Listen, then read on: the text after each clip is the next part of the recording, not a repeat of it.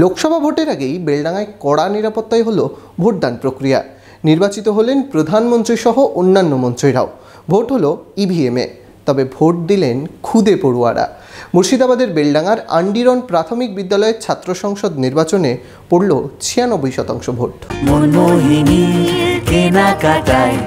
ঈদের খুশি দ্বিগুণ হয়ে যায়, মনমোহিনী একটি সে নাম, সকলকে জানাই ঈদের সালাম।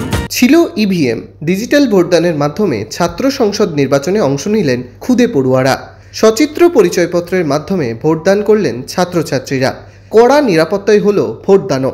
এমনই ছবি দেখা গেল ছাত্র সংসদ নির্বাচনে। সোমবার সকাল থেকেই লাইনে দাঁড়িয়ে বেলডাঙা চক্রের 30 নম্বর আন্ডিরন প্রাথমিক বিদ্যালয়ের ছাত্রছাত্রীরা। এদিন ভোটার সংখ্যা ছিল 143 জন। ভোটদান করেন 138 জন।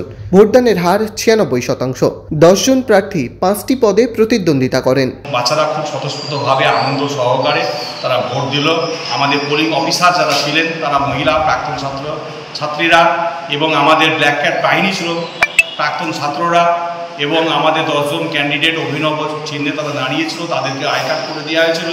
এবং আপনারা দেখতেই পাচ্ছেন আমার পেছনে যে ভোটদান কক্ষটা রয়েছে সেটাও কিন্তু খুব উন্নতভাবে সাজানো হয়েছে, এবং একটা সাজো রব, একটা উত্তেজনা, টান একটা উত্তেজনা ছিল, কিন্তু শান্তিপূর্ণভাবে কোনো রকম বুথ জ্যাম না হয়ে এই ভোটটা চাইল্ড ক্যাবিনেটে ভোট হওয়ার জন্য আমি গ্রামবাসী, আমার সহশিক্ষক, আমার ছাত্রছাত্রী সকলকে ধন্যবাদ। প্রাক্তন ছাত্রছাত্রীরা পোলিং অফিসার হিসেবে দায়িত্ব সামলান। নিরাপত্তার দায়িত্বে ছিলেন প্রাক্তন ছাত্ররা।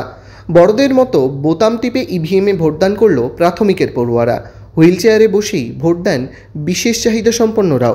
ইভিএম পদ্ধতিতে আমরা ছাত্রদের ভোটাধিকার প্রয়োগের আমরা তাদেরকে প্রশিক্ষণ দিলাম, এবং তারা এই নির্বাচনে স্বতঃস্ফূর্তভাবে অংশ নিয়েছে। আর তাদেরকে এটাও বলা হলো যে তারা যেন নিজের যে পছন্দের প্রার্থী তাকে তারা নির্বাচনে ভোট দিতে পারে।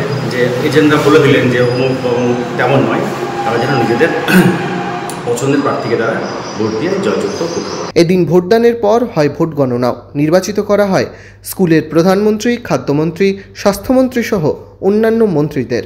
Bureau report, imagine community media.